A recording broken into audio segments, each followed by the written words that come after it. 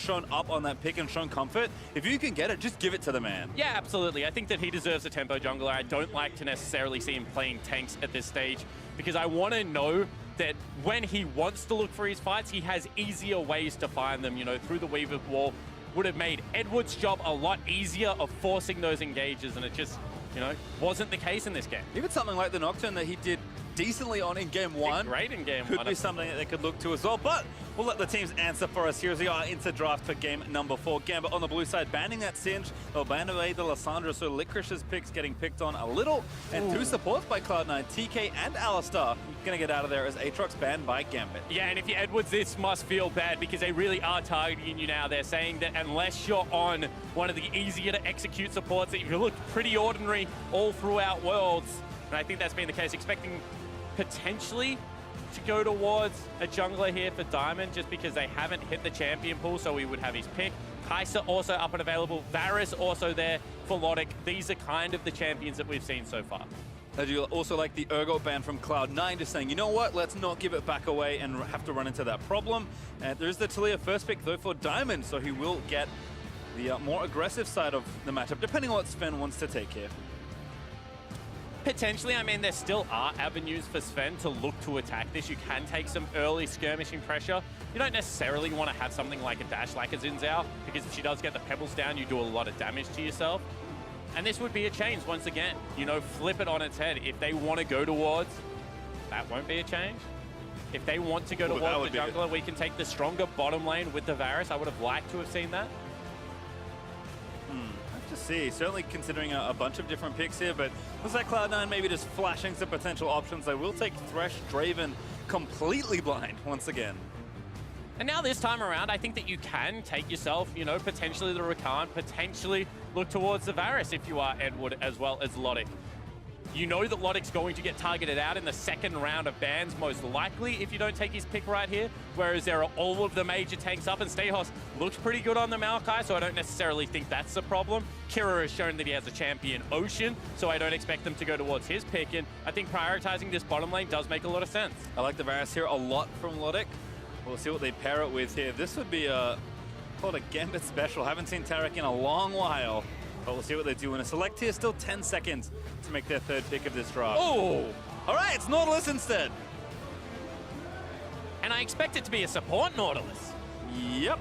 Supportalus.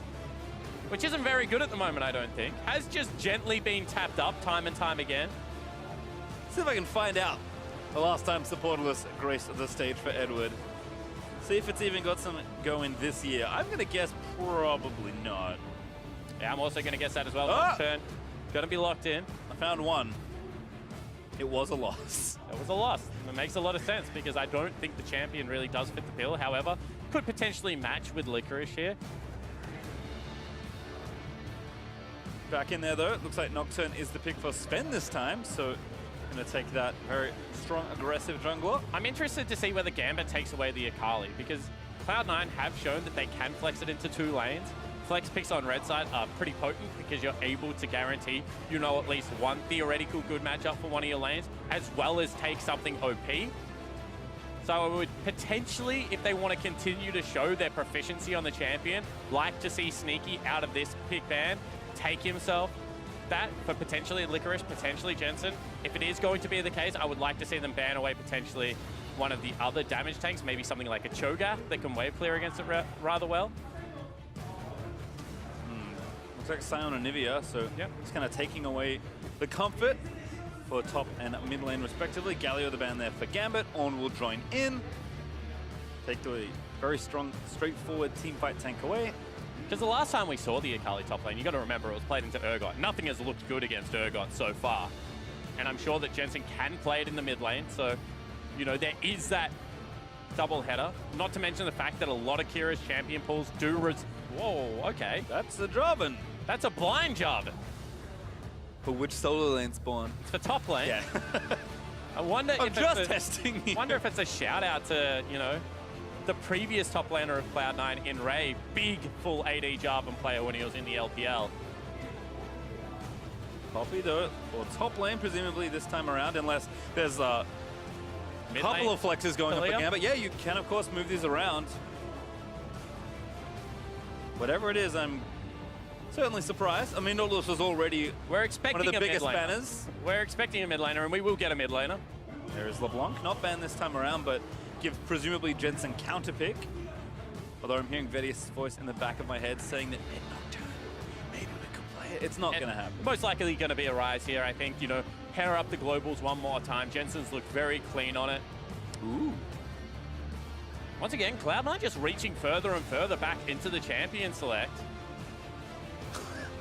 Okay. My eyes lit up there. I was like, is it actually going to be? Kassadin instead, the pick here for Jensen.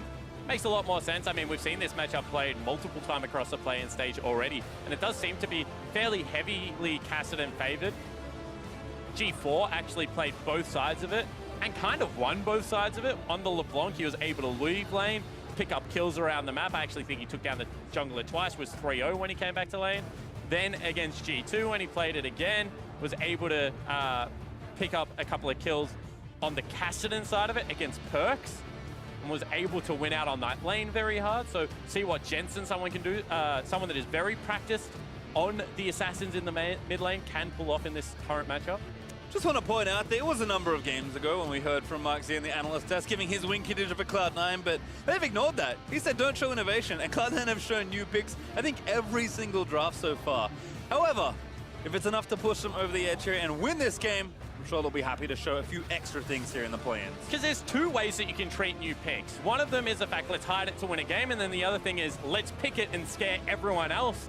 Now you know you cannot blind LeBlanc against us, maybe even if we aren't the most comfortable in the matchup, and it gives you some additional reps. So I actually don't mind showing additional things here, especially if Reaper still has some more spicy picks prepared for the group stage. He does. I I have no extra information. I haven't talked to anyone, but he does. He definitely does, as the coaches are already back up in their rooms. But Gambit has to be kind of that feeling of dread mounting in their stomachs. It's a tough ask for them to win this game, and even tougher to win the next two, but that is the situation they are in if they want to continue their run here at Worlds. For Cloud9, looking to make another strong appearance, perhaps even through to the top 8 of the event. Must win one of the next two in order to get there. And the last time we saw Gambit on the blue side of Summoner's Rift, it was with some patented innovation. They pick up the Poppy, they pick up the Anivia, and they're able to secure themselves a victory. This time around, more innovation. They have themselves a supporter list, the first one we've seen of Worlds play-in. However, I do not like this innovation as much as I like the Game 2 innovation. They really are relying on snowballing the bottom side lanes to have any hope in this matchup.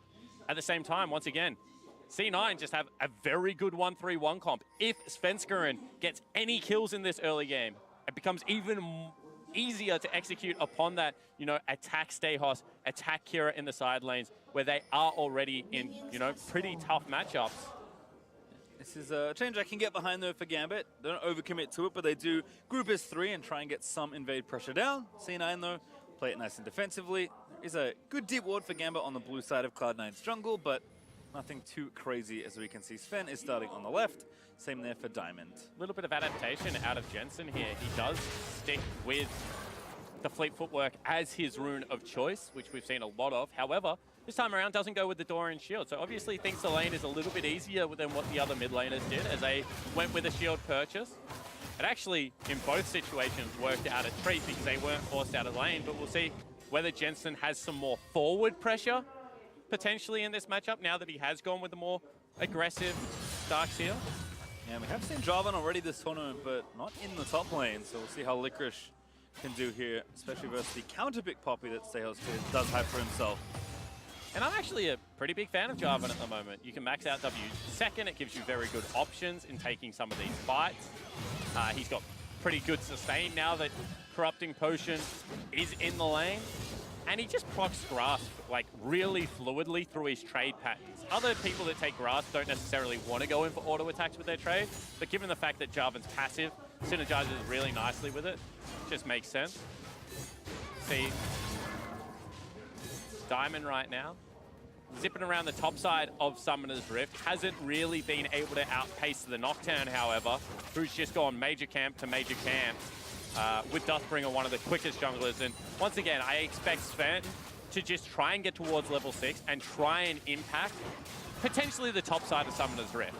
Because if he's able to do that, if he can create a discrepancy again for Licorice and Stejos, then his job in the mid to late game of attacking a side lane becomes much more easy to execute upon, because you would expect Stejos to have to go primarily armor items to stave them off at that point.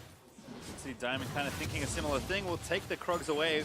We'll see if they commit with a pretty big wave mounting to some sort of dive here on Licorice.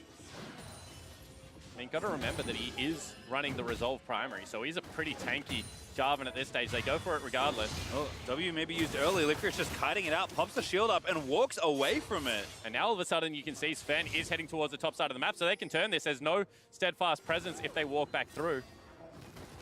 No overcommit though. Diamond will move into the jungle just barely, but Sven will take the remainders of that Krug camp and make sure it can respawn. You can see instead that he's got in behind Jensen here. Jensen with a flash, it's going to take some damage. The flick does not land as Jensen is forced to burn the summoner. I mean, that is a very successful gank. He just walked in by himself. There was no real pressure coming out of Kira, and they'll also use that to push out the wave, so heads up play right now. 2v2 though starting. Stand aside already used. Aftershock off for Edward, and Sneaky wins out on that trade. Jensen also staying, does get flicked back in. He's actually just straight in front of them. He's got Ignited, and that's first blood. Jensen, what on earth are you doing? And you can see Svenskeren wants to clean up the mistake, has the flash, but can't get in range. And that is a baffling play out of Jensen. Knew that Kira was manaless. Ignite down on Zeyzal. Diamond Prox can make it work again. He's going to flash in. The hook from Zeyzal is good, but he's not going to live through it. Diamond gets another kill. 2 DPs down here as Licorice does get himself a shutdown onto Talia. But so far, Diamond has visited 3 lanes and come up huge. This is a player that we said needed to have impact in the early game. Well, in game number 4, when Gambit needed the most, he absolutely does.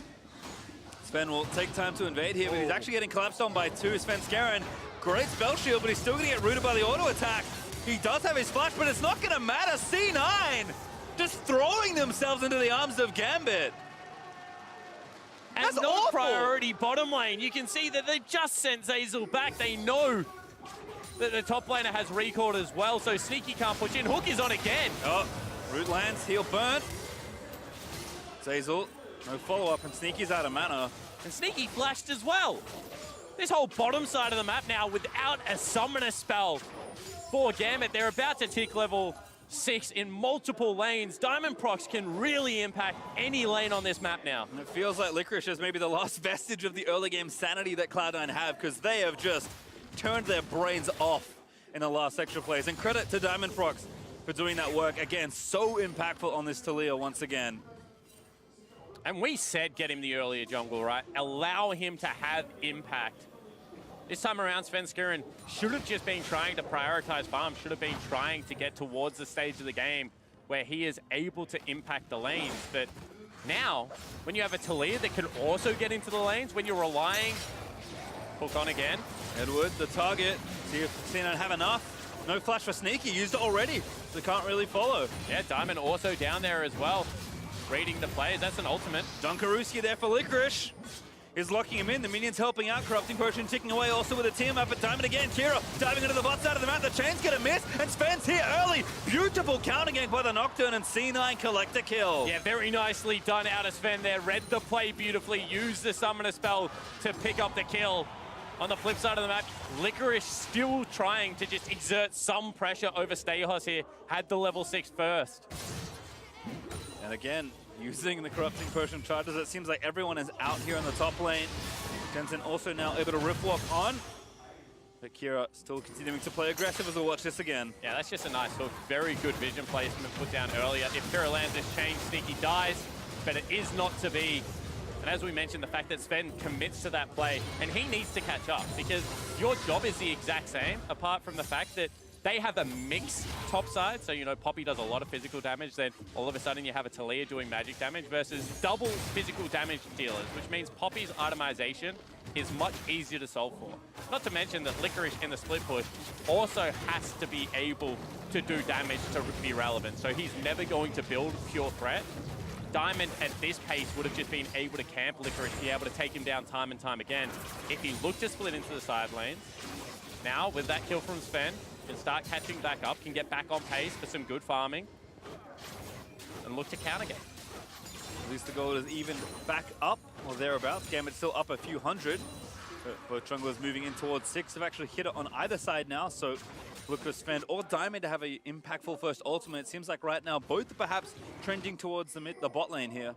I also think it's a little bit important to talk about this mid lane 1v1, not in context of Kira versus Jensen, but LeBlanc versus a Cassidy, because it does seem to hold some merit in this Plains group so far, and so you have to assume we'll probably be seen a little bit more throughout the rest of the world. And right now it looks like if LeBlanc doesn't leave lane, then she can't have impact. Cassidy can just farm underneath the turret, be very safe, is going to turn into that ticking time bomb. Gank set up on the bottom lane, so we'll hold that thought briefly. He's going to blink first. Chain Corruption already landing. It's a bevy of ultimates on the Sneaky, and Diamondbox blows him up at Sven. Able to get the counter kill onto Logic, so now it's jungle versus support action. TP in from Gambit, though. Edward is going to be the target, but Sven's now left out all alone as Stayhouse charges in, moves Sven towards his turret, and grabs himself a shutdown. Yeah, very nicely done from Stayhouse. Made sure that he was out of range. You can see that Licorice nowhere near the top side of the map regardless, and impacts to teleport the play. Both junglers with the exact same idea. But Gambit with the extra member due to that TP advantage, able to make it work. And do have a pause here. Looks like Stayos is chatting to a ref. We'll get info as soon as we have it for you, but a surprisingly different early game here. We've talked a lot about Gambit really struggling to get stuff going in the first 15 minutes. We're sub 10, and already Gambit have found much more than I think they would have thought, and probably much more than they deserve, given that Cloud9 maybe did some silly stuff. Yeah, the switches seem to flip for Diamond Prox. He was able to get into top lane, then mid lane, bottom lane, just subsequent ganks, and, you know, really just ran it down from the top side of the map and was able to generate advantages. Sven, at the same time, on Nocturne, doesn't really want to be a part of these plays. I think that the important thing for Cloud9 to realize is that this game is still fine as long as Jensen is accumulating farm and as long as Fenskeren is going to be relevant, which he is because he picked up a couple of early kills. That is still the part of the map that in the 1-3-1 they will probably look to attack, and Cassidy will start to accumulate advantages.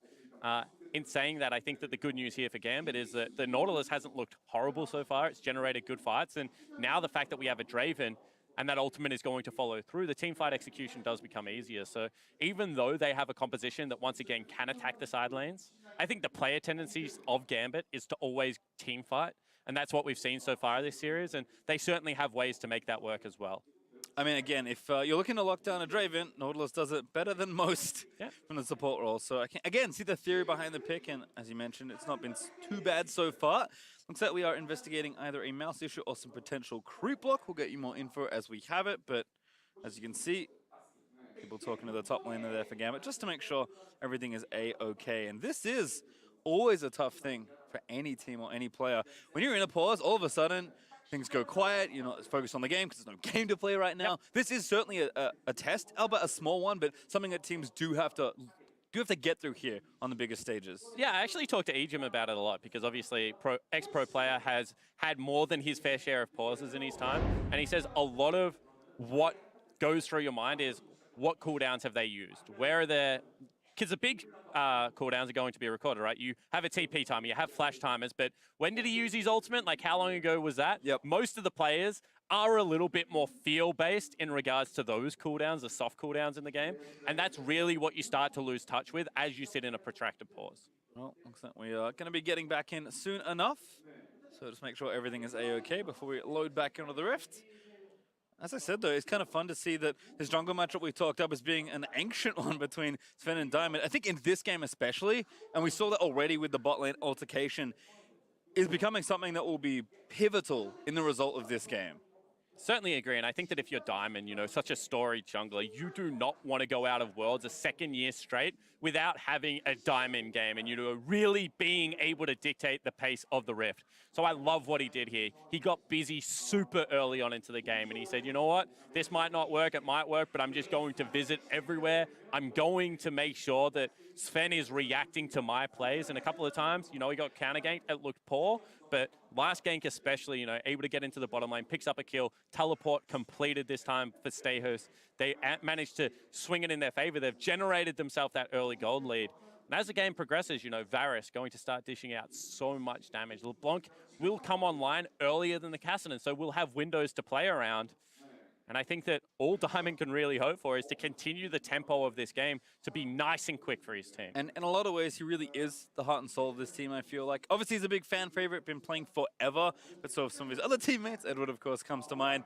I think Diamond has had progressively better and better tournaments as he's kind of moved back onto the international stage. And credit to the guy, this was a huge star in the very early seasons of League of Legends. And, you know, to go play in his kind of home domestic league, to do well as a team that he knows himself is maybe not as strong as the one he was originally on, but to do his team proud, to continually win, and then do better and better each time. Yes, a loss here is disappointing for any team or player that comes to this tournament, but as you mentioned, he's looking good so far in the early stages of this game, and no team is out of it yet. Cloud9 are going to have to play pretty carefully as Gambit have finally generated themselves an early advantage. And I think the fear for Cloud9, as we touch into, you know, where the state of the game is the game has sped up a little bit. That the mid-game out of Gambit is going to be fairly oppressive to play against, and they're going to have to pick their windows.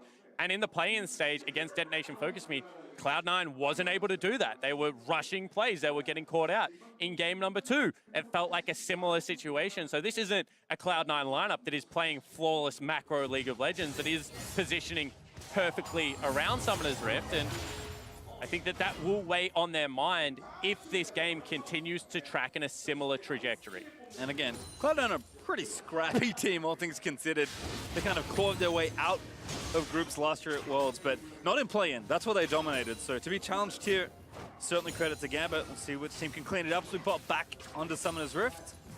And there is always two sides to every coin, Pastry. You have to acknowledge that this time around, the play-in teams have challenged majority of the seed ones more than what Cloud9 was challenged last year. So I don't think that's necessarily a knock on Cloud9 in completion. I think they are playing messier League of Legends, but I also think that at a certain point, you do have to sit back and say, you know, the Turkeys, the CIS regions are starting to rise, that this year has certainly been a better year for the LJL in totality. It's been their best year ever at Worlds. That's like, again, it's like maybe a small thing, but you can't take away from the fact, and you could see it in the reaction from their local commentators, from the local Japanese fans, that it means so much to them to just get one step further than you've ever got before. So I agree, certainly credit to all the teams that we've seen so far, and we've got a lot more Worlds to play Spawn. But for now, we'll focus back in on the game at hand. Cloud9 looking to win this one in 4. Gambit, of course, trying to prevent it as Jensen cleaning out the minions, are growing stronger and stronger as Diamond is back down to his favorite place. Makes a lot of sense, you know, Flash is back available, but they still have the CC, they have the Nautilus ultimate that can guarantee that knock-up, and whilst not the most telegraphed gank I've ever seen, when Edward starts running around with sweepers and pink wards, you have to know something is coming, so Svenskeren does the right job. Once again, Nocturne, one of the best counter gankers in the game, positions for the play. I think that's going to be crucial as the game progresses. I wouldn't call subtlety a strong suit of Gambit. Oh, ult misses. Sneaky just fades right. Logic, though, did give it an attempt, and again, they haven't seen him yet, but seen him have a pretty good idea that Diamond is here. I wonder if he continues. Kira actually goes in. Jensen, though, winning a little, gets the Rift Walk on. Diamond, though, trying to translate this pressure into an objective at least, and has started the Cloud Drake.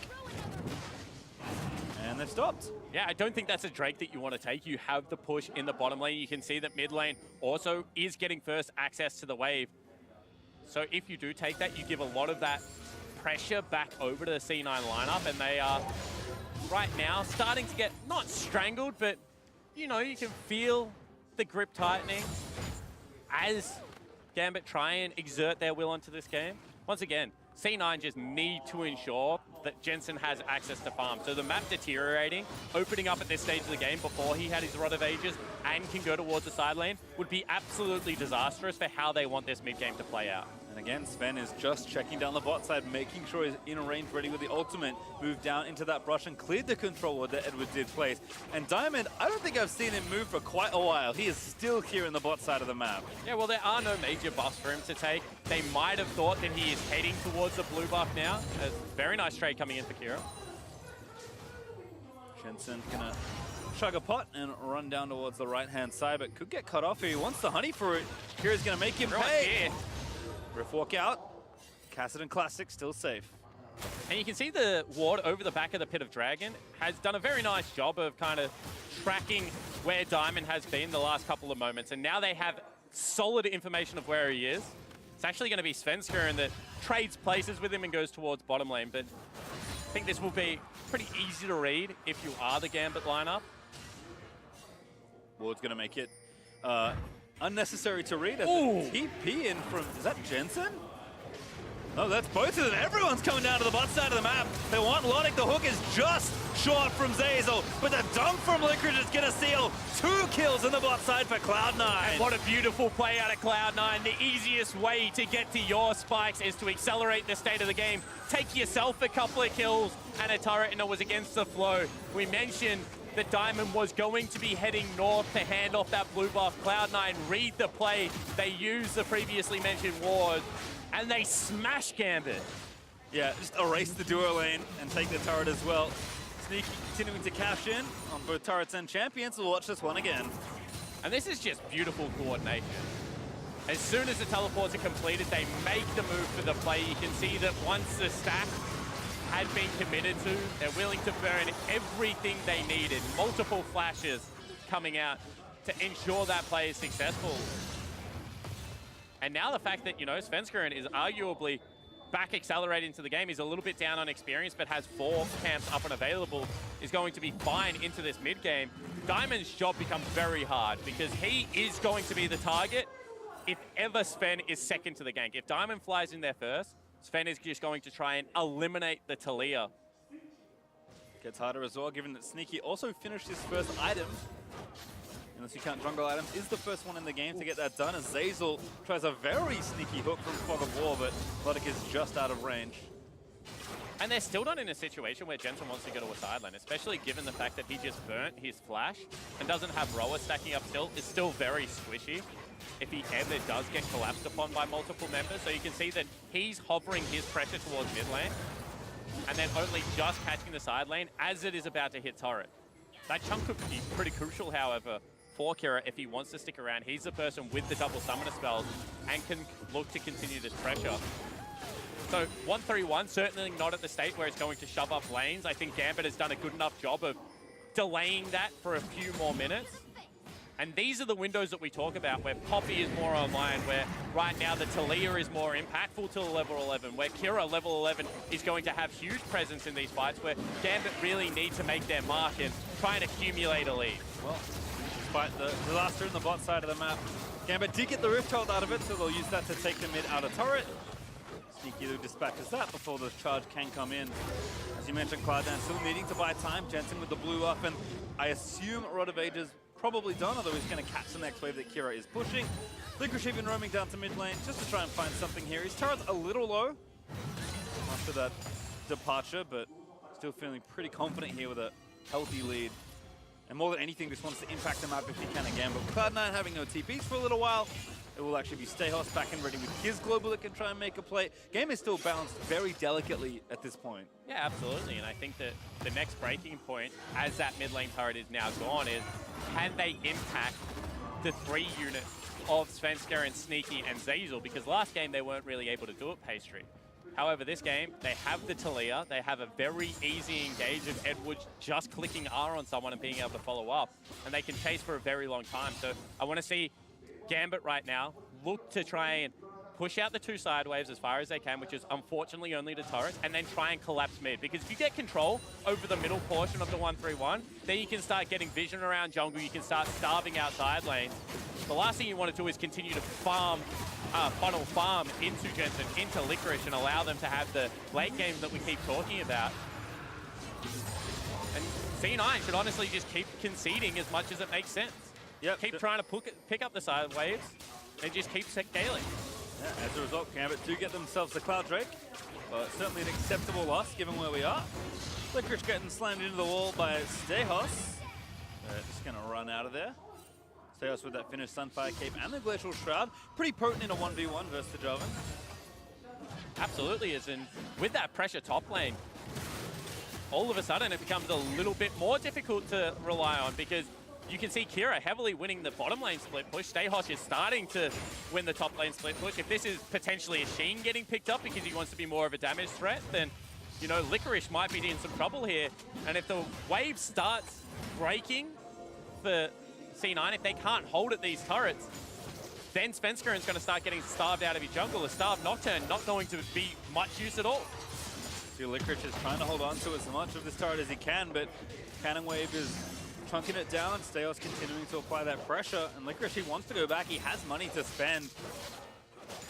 C9's duo from the bot lane is going to try and pressure this mid turret. Lodik running back there, though, with his Blade of the Ruin King now finished, and the Ginsu's Rage Blade on the way, and Cloud9 can't do too much more other than push the wave in. And I think C9 are a couple of items away, or a serious mistake from being truly even in this game, even though right now the score indicates that that is the case, because they've had to pick up a QSS. They have got, technically, the weaker jungler right now. Diamond is ahead of his lane opponent, and they are starting to really knock on these turrets. Unless the 1v1 in the bottom lane starts to swing heavily in Jensen's favor, which I don't think it does just yet, then they're playing on the back foot in 3 lanes. You can see Gambit using that continued pressure to get the turret in top lane. Hook onto Edward, though. They are going to commit. The box used. Training Corruption forces the QSS from Sneaky.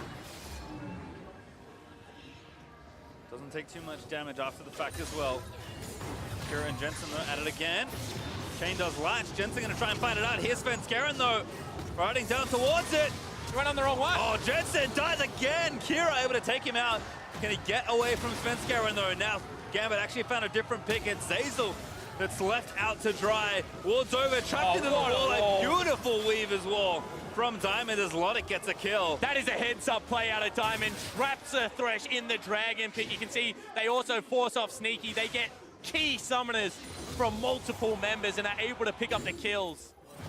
Gambit right now fighting back in this series. Kira did die, but Gambit certainly still with hope as they hold onto their lead in this game, and they're not done. They're going to try and siege up something here in mid lane. See if they can't get another pick for themselves. And this is what you want if you're a Gambit fan. You want them to continue to get kills on this LeBlanc. You want the LeBlanc to be able to stand toe-to-toe with Jensen. You can see that hiding around the wall, Jensen greedily rips walk forward, wants to clear out the wave, and that chain just threaded masterfully between the creeps. It looked like Kira was trying to get out of the play, so you can't really blame Jensen potentially for going for the clone. And once you have left the 3 as the jungler, then, you know, the support, the AD carry, need to not be that pressed up. That was the case. Ultimately, it was Sneaky that grabbed a kill, so huge play for the AD carry of Cloud9 to be able to cash in there. But still, you have to say winning trade for the Gambit lineup. Yeah, both here and Lodik picks them up, so Gold kind of going in the right places here. Lodik actually pretty rapidly approaching item number 2. Sneaky continuing to push the waves up in mid, but Cloud9 don't have a whole lot of map to pressure right now, given that they're still down in turrets and critically down mid-turret more than anything else. And I'd be interested to see who won a stand and deliver fight between Lodik and Sneaky right now, because Lodik, when he gets towards the Guinsoo's, is going to hit like a truck. Sneaky going to mitigate some of that with the nice magic resistance that's picked up from QSS, because it's going to be a lot of mixed damage that comes out of Varus at this stage of the game, but Sneaky's certainly not where he wants to be, and they're actually collapsing onto him potentially. Stehos looking for the flank, but Sneaky backs off. Lantern is there, can't take it! Steadfast Prince and the QSS after the flash. Mortal Assault's gonna make that an easy one, though. And that is just mistiming from Sneaky. Thought the Steadfast Present was down a second before it was. One more time, Gambit collapsed on that mid lane and are looking to take a turret. And take they will. They'll tank it for a little while longer. The wave will come in case they need the help. And 3 turrets to 1. Gambit bust through mid lane, and now look for the top side again. Jensen, Cloud9 in general just need more time, but Gambit are not giving it to them right now. And Pastry, this is what we said, when you control the middle of the turret, you're able to explode into the side lanes. Diamond doing the right thing, holding off to the side, can use the wall if they want to siege this and try and cut off the defense. Pretty big wave. There's a good wall from Diamond. Cloud9 get out over the other side of it with the Lantern used by Zazel onto Sven, but they will not be able to protect their turret. Gambit continuing to accrue advantages here. And a pick into 2 turrets now. Bottom lane really the only area where Gambit need to look to attack, and with the rest of the map so wide open, should be much easier. Licorice gonna take some damage. Not really all that much coming out of Kira. Pretty tanky for Licorice. There's a lot of health built up between the Black Cleaver and the Durham's Fist. And looks like he's gonna wander down to the right-hand side of the map. Jensen actually translated to top lane, so apparently wants to kind of swap things up. I guess makes sense with Baron maybe being the concern, although there is an Ocean Drake up if either team wants to have a look at that. And not only that, right now Jensen is a teleport user. He's going to get collapsed on, but gets out. So really, Jensen even more wants to be top side, bottom side. As we take another look at this is Sneaky thinking he had the land to click on. You can see Face just after Steadfast's presence. Really, he was probably dead either way just because of the chain CC coming across. Like we said, Nautilus Ult does a hell of a job on AD carry, regardless. Nautilus in general. I mean, he has the most innate CC built into his kit along with Sejuani. Just one of those champions that, when he is in the meta, is very oppressive to play against. Ooh, Jensen looking for Stayhouse here. Stayhouse also ready for the follow-up here. Hook does not land. Great flash from Stayhouse. So I want to talk about a mini interaction there. It's quite forgotten because back in the day where Kassadin's Q used to be a silence, it would stop everything as they actually engage on the mid lane. Again, all in the mid side. They are going to grab Lodik there. Spenskeren just dives onto his face. Nautilus Ult is also going to get burnt. He flashes out to make sure the rest of his carries are safe. Licorice though maybe too far forward. Kira is maybe going to thread the chain through. He does grab the shutdown. Snipes Licorice through the traffic. Oh, that was very close. Stayhouse gets the ult. Yep, gets the knock up there. There's the move back as well. Diamond finds the flick. And that's another pick for Gambit. It certainly wasn't. All of a sudden, Gambit just continue the fight. This time it's Cloud9 that starts it off without the teleport of Stayhorse being channeled, but he gets back to base, he gets back into the fight. Potentially they're going to look at Baron. Elite's going to start it here. Spenskeren is up, but he's got no flash. There's no blast plant there. They are going to see them. They hook the support. They're trying to get some poke down, but Cloud9, what can they even do to try and get in there? Spen's got no ulti. He has no way to try and smite this. They're just trying to harass here. Edward is low, but Kira again. We're going to find that flank. Jensen are going to chase him down. They're still on the Baron here, Spawn. Yeah, they might have this pastry. There's no way for Spen to get in without a lantern, and Zeyzal is so low. Lodic's going to come over. They can just finish this one off. It's only Jensen really that can steal this. Spenskeren getting shut down. They're right in, but it's not enough. C9, they found the play. It was the lantern. But Gambit still take down the objective. Baited and outsmarted. They get the Baron. They pick themselves up 2 kills at the same time. And now Gambit have firm control of the game. 4,000 gold ahead with much more to play for in these next 3 minutes. Cloud9 firmly on the back foot now. We talk about them needing time. The time they need is just increasing as Gambit find these advantages. And this is so impressive because we said they will get outscaled eventually. However, at this stage of the game, the LeBlanc reigns supreme. You can see Kira just being such a nuisance, takes him so low. So much pressure on this smite. And it is Diamond Prox flexing, having a fantastic performance so far this game. And carrying Gambit, honestly, to what is a very strong mid-game position. I mean, he's an OG of situations just like that, and once more his smite rings true. Now Cloud9 at the whim of the next siege point for Gambit. They'll take the easy one first down in the bottom outer turret. And they're going to give that one away. And it looked like Stayhouse had used ultimate top lane. But what I was going to say is that Jensen's Q actually breaks the channel of the Poppy Winder. So whilst you heard the Poppy Hammer start winding up in the top lane, it was actually just an interrupt, which only puts it on the shortened cooldown, which means when Stayhouse does teleport into that mid lane play, had it up and available to take down Sneaky. Now a little thing in these games. That's the thing for sure. 6 turrets to 1 now. Gambit climbing ahead. 5,000 gold now in the lead. Diamond cuts them off. A standard siege to Leer wall, but does look good here. As Kira chunking people out. Even Licorice is relatively tanky, at least as far as Cloud9's overall team is. And their Stayhouse going to channel the ult, just force them off this. And Gambit brute force and smash through the outer inhibitor turret Teleport here. coming in, Pastry. That's going to be Licorice in the back line. Once again, looking for the flank. This must work for Cloud9. They'll dive in. Everyone in onto Lodik, but already Nocturne is dead to Kira. Lodik still living for a little while longer. Jensen, who actually does slay him, but it costs him his life as Diamond picks him off. Cloud9, I don't think that's enough for what they had to pay there. Certainly might not be the case. You can see Stayhouse so tanky. Hook just misses. Sneaky has to flash it. Do they look for the end? Gambit, they are going to go for the throat. Cloud9, 3 left. Can Gambit push us to game number 5?